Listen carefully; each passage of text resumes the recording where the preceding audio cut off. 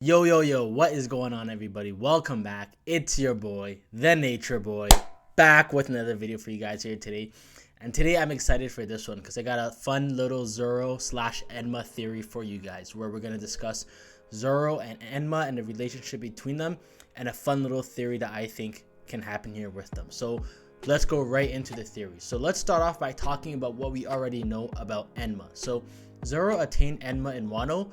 We know that he was fighting with the sword thief, I can't remember his name, on the bridge, and he eventually comes to meet up with Kozuki Hiyori, and Hiyori suggests that he give Shusui back to the people of Wano, and in exchange she will give him Enma. And Enma was a sword passed down to her by, of course, her late father and a legend and one of the greatest samurai of Wano, Kozuki Oden.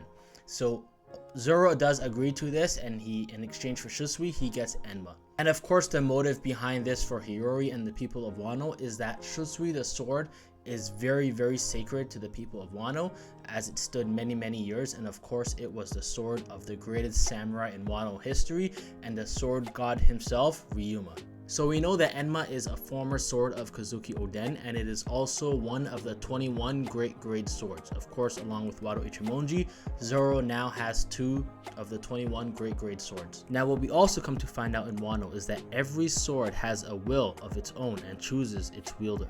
In chapter 1033, Shimotsuki Kozaburo mentions that each blade is like a person with a unique disposition. A swordsman is one who tames the sword's wild nature and bends it to its will. Well, this leads me to think, what if every sword has a true form outside of its sword, outside of the visible sword in itself? It has a true, real personified form that none of its wielders, for the most part, ever get to see, except the rarest of the greatest of the swordsmen.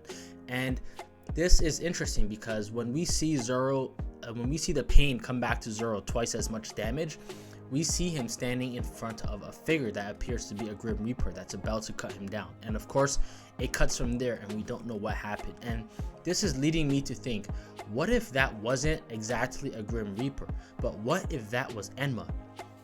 If you guys remember, back in, I believe it was chapter 1038, Shimotsuki Kozaburo tells Zoro that he named the sword Enma specifically after the king of hell, the one who guards hell. And if that is the truth, then maybe what we saw wasn't the Grim Reaper, but it was the actual form of the king of hell, the man who's in charge of hell, Enma himself in his most truest form. And he was there approaching Zoro. We know that after Zoro's fight with King and the medicine that he took after taking the damage from Kaido and Big Mom, he was basically on the verge of death once that medicine's side effects kicked in. He was basically as close to death as possible. And this could potentially be what draws out someone to see the real form of their sword and see the real potential and the real true form of their sword. And maybe this is what drew Enma to come out to Zoro. And Zoro and Enma had a moment there. Perhaps Zoro fought Enma's truest form and ultimately beat him, bending Enma's wild nature to his will and officially mastering the sword and becoming a true swordsman. We know that Kozaburo mentions that a true swordsman is one who bends the wild nature of his sword to his will. And if Zoro was able to accomplish this here, then he will be as true of a swordsman as he ever was. And if this really is the case, then Zoro should have absolutely no problems with Haki drainage and no issues with that, with his future fights with Enma coming up in the story. And if Zoro did beat Enma here and master the sword and bended its will to his, then he would probably go on to ask about a black blade. And what I believe happened here is, upon defeating Enma, Zoro asks how he is able to achieve a black blade. And I think the secret to this that Enma probably told him in person is, in order to achieve a black blade with a sword, that sword must first defeat a sword that is already a black blade. And that's going to mean that Zoro is going to need to defeat Mihawk and Yoru prior to achieving a black blade in order to achieve a black blade. And if this is the case, I think this would be beautiful, and I think this would highlight how much Mihawk had to go through in order to get a black blade, indicating that he probably did the same thing in defeating the previous world's strongest swordsman and his black blade in order to achieve a black blade with Yoru. And now he sits at the top awaiting someone to come and take that spot from him and also achieve a black blade.